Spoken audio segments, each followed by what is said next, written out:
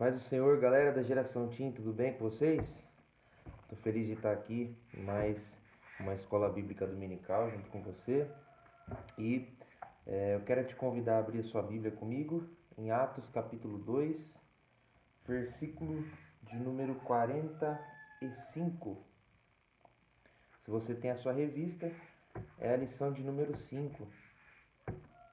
Nós estamos falando esse trimestre sobre o adolescente e a igreja. Se você ainda não adquiriu sua revista, dá tempo, corre lá, procura o seu líder, seu pastor. Atos 2,45 diz assim: vendiam suas propriedades e fazendas e repartiam com todos, segundo cada um havia de mister. O tema de hoje é o papel social da igreja. O papel social da igreja é algo que a gente não pode deixar de falar. Por quê? É comprovado que a igreja ajuda muitas pessoas e não é contabilizado muito mais até do que o próprio Estado. Eu já falei isso aqui, o Estado, o governo tem uma dívida com a sociedade brasileira.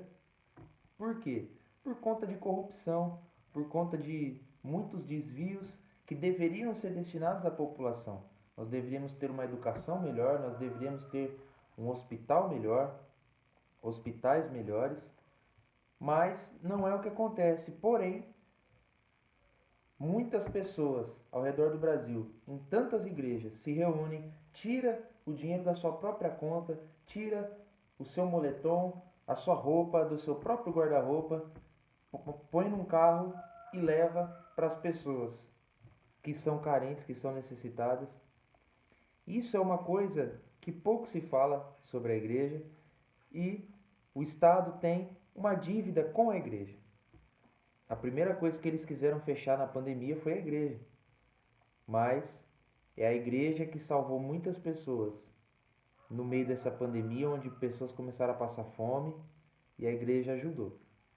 E é por isso que nós vamos falar hoje sobre o papel importantíssimo, vital da igreja no serviço social. E a primeira coisa que a gente vai falar sobre isso é o tópico 1, sobre Jesus ser o nosso modelo.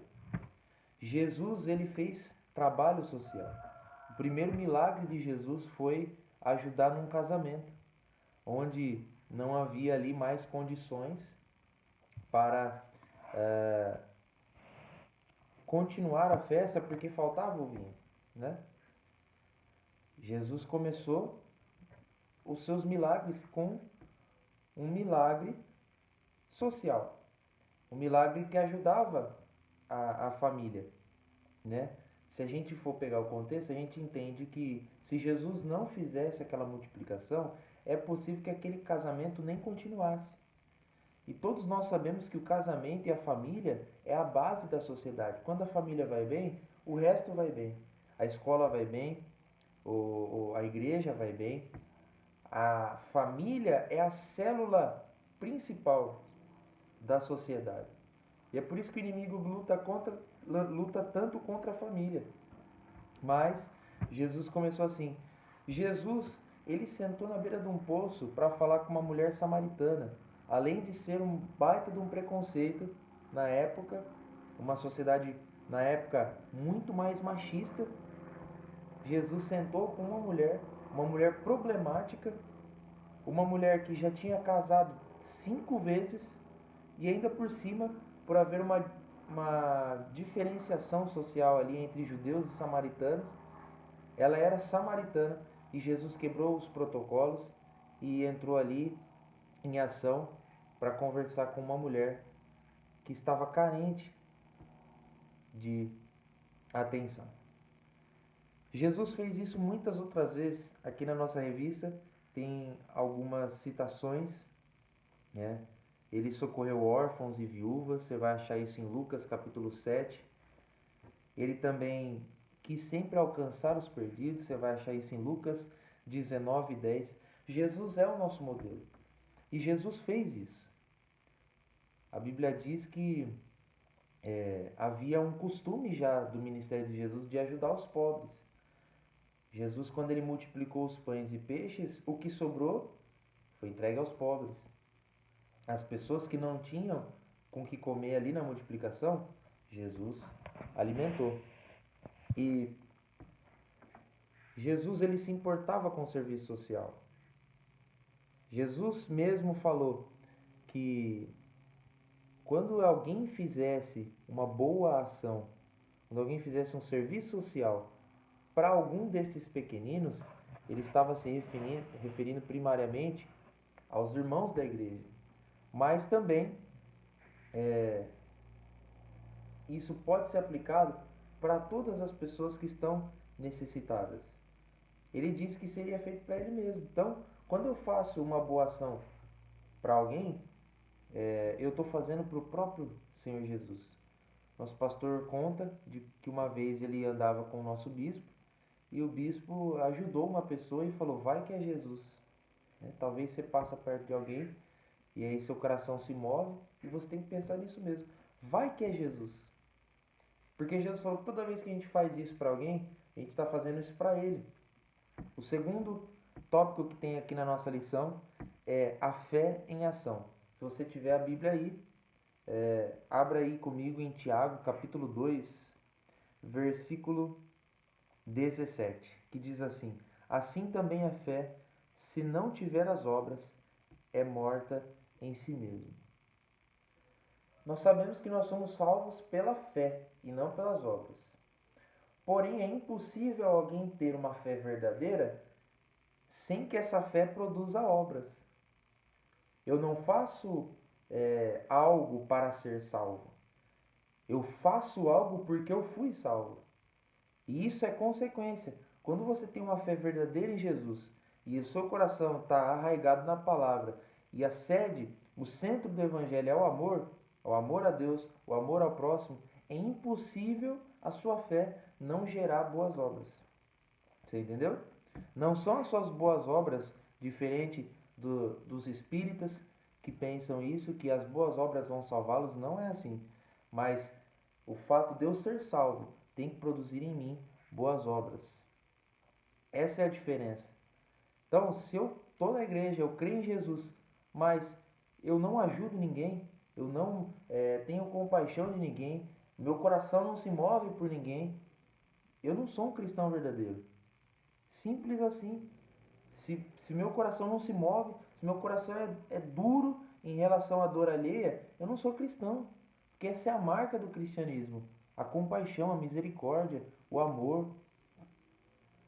Então, esse é o segundo ponto que você tem que parar para pensar. Sua fé é verdadeira? Se a sua fé é verdadeira, você tem que se mover em direção em alguém. Mas você não precisa ser rico para isso. Isso está falando aqui na nossa revista também. Você só precisa saber o que Deus colocou na sua vida. A Bíblia diz que Dorcas, lá no livro de Atos, você vai ler isso, ela costurava.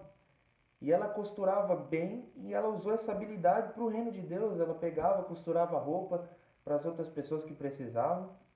Ela costurava para os necessitados. E aí ela morreu.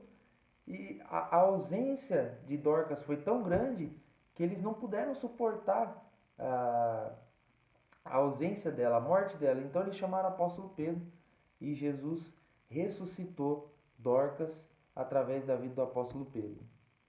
Por quê? Ela fazia aquilo que ela sabia de melhor. Você também tem um dom, uma habilidade diferente e você pode usar isso em prol do reino de Deus. Talvez você sabe cantar, mas se você não sabe cantar, você sabe falar. Talvez você tenha habilidade com o YouTube, né? Você pode começar a pregar a palavra de Jesus no YouTube, nas suas redes sociais. Isso são boas obras. Talvez você entenda bastante de tecnologias, talvez você saiba fazer teatro, talvez você tenha uma habilidade para desenhar. Se você quiser, procure no YouTube a história de uma menina chamada Andressa Barragana, que ela abriu uma oficina de artes dentro da casa dela, gratuita. Então ela chamava as pessoas, quem quiser, e ela se mobilizava e um dia ela ia visitar os idosos, outro dia ela fazia essa feira de artes na casa dela, e as pessoas iam ali e ela pintava. Isso é pregar o evangelho. Isso é se mover pelas pessoas. O Evangelho não é só boas obras, é mais do que boas obras. Mas o Evangelho é tão poderoso que ele produz em nós boas obras. Deus te colocou um desejo no seu coração, Deus colocou uma habilidade em você. Então, mova-se em direção a ajudar alguém com aquilo que Deus colocou sobre a sua vida. Você entendeu essa palavra? O que Deus colocou na sua vida aí que você pode usar para o reino de Deus? Tenho certeza que tem alguma coisa que Deus te colocou para você usar no reino de Deus. E a última coisa que eu quero falar aqui é sobre a alegria em servir. Não existe coisa melhor do que se doar pelo próximo. É uma das coisas mais lindas de liderar, de pastorear, de ensinar, é que você percebe que quanto mais você se doa por alguém, melhor você fica. O que mais te ensina é ensinar. O que mais te cura é curar. Jesus quer que você cure outras pessoas e aí você vai ser curado também. Ah, como assim?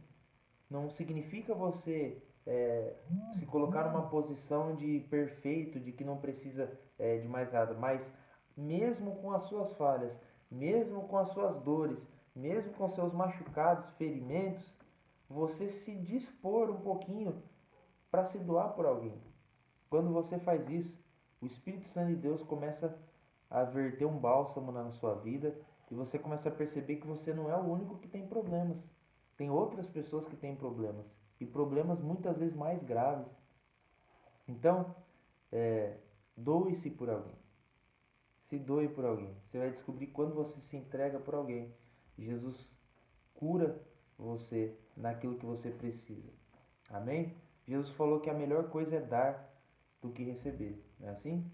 É mais gostoso você pagar uma coxinha para alguém, né? É mais gostoso você pagar alguma coisa, dar uma roupa para alguém. É muito melhor. Então, aquilo que você tem, aquilo que Deus te deu, dá para alguém também, que eu tenho certeza que Deus será glorificado através da sua vida. Nós não podemos deixar de ajudar as pessoas. Isso é o Evangelho. Eu quero que você feche seus olhos nesse momento. Se o Espírito Santo falou ao seu coração, ore ao Senhor juntamente comigo. Pai, eu oro por cada um dos que me ouvem nesse domingo.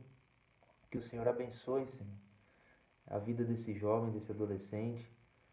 Pai, para que nós possamos ter um coração movido, Pai, por compaixão, Senhor, apesar das nossas falhas, apesar dos nossos defeitos, ó Pai, muitas vezes nosso coração se endurece, mas eu quero te pedir que o Senhor amoleça os nossos corações, Pai, que nós possamos ter corações compassivos, cheios de amor, Pai, que o Senhor derrame esse amor no nosso coração para que nós possamos glorificar o Teu nome, abençoando outras pessoas. É o que eu te peço, em nome de Jesus. Amém. Amém? Se você recebeu essa palavra, dá um curtir aí, não só nesse vídeo, mas em muitos outros vídeos que tem no canal da nossa igreja. E que Deus abençoe você. Continue orando pela igreja de Jesus na terra. Continue orando pelos nossos pastores, pastor Belchior, pastor Rafael, nossos líderes na geração Team, evangelista Regis, diaconisa Sara. E para que nós possamos continuar a proclamar o evangelho na terra. Amém? Que Deus abençoe a sua vida. Bom domingo. Valeu!